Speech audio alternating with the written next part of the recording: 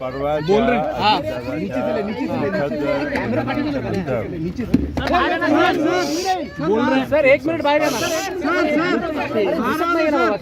अंतिम संस्कार बोलू दे.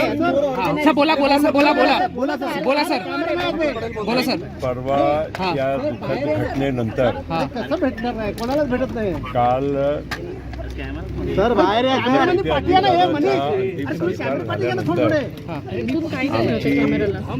माननीय मुख्यमंत्री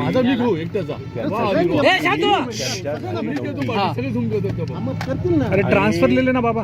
स्वाभाविक आहे एक राजकीय दृष्टीनं आम्ही महायुतीचे घटक पक्ष म्हणून आणि आमच्या राष्ट्रवादी काँग्रेस पक्षाचे नेते अध्यक्ष आणि विधिमंडळाचे आमचे नेते उपमुख्यमंत्री ही जागा मान्य अजितदादाकडे होती.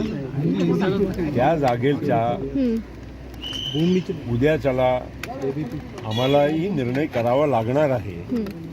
म्हणून त्यांना आम्ही फक्त एवढंच सांगितलं की येत्या काही दिवसामध्ये लवकरात लवकर आम्हाला निर्णय करायचा आहे आणि त्याच्यासाठी आमच्या पक्षाचे सर्व आमदारांनाही बोलवून त्यांच्याशी चर्चा करून आणि योग्य निर्णय तातडीनं निर्णय जनभावनाला आदर करून आदरणीय अजितदादा पवारांचा जे काही या आमच्या पक्षाचा महत्त्वाचा एक योगदान होता त्यांची अत्यंत महत्त्वाची भूमिका होती. सगळ्या बाबतीचा विचार करून आम्हाला लवकरात लवकर निर्णय करायचा आहे एवढा आम्ही त्यांना हिंदी में बता दीजिए. एक बार हिंदी में जानना चाहिए. क्या मीटिंग में क्या लेकर हुआ, मीटिंग में क्या चीजें हुई सर? नेत्र पवार यांना उपमुख्यमंत्री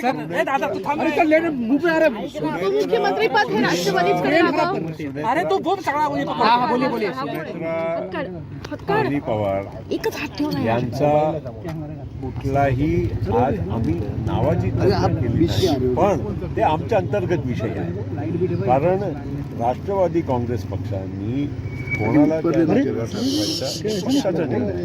पण हे पण मी तुम्हाला सांगतो की आम्ही जनभावनेच्या सोबत आमच्या आमदारांचा भावनेच्या आणि आमची स्वतःची पण भावना आहे.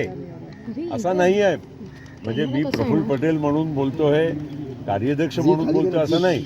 माझी स्वतःची पण भावना आहे की योग्य निर्णय आम्ही केला पाहिजे आणि त्या दिशेने आम्ही विचार करू.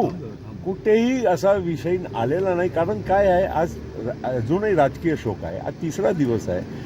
तिथे त्यांच्या काही घरचाही कार्यक्रम चालू आहे.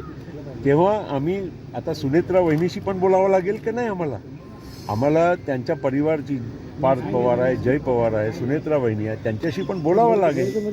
आम्ही त्यांच्याशी बोलणार आहोत.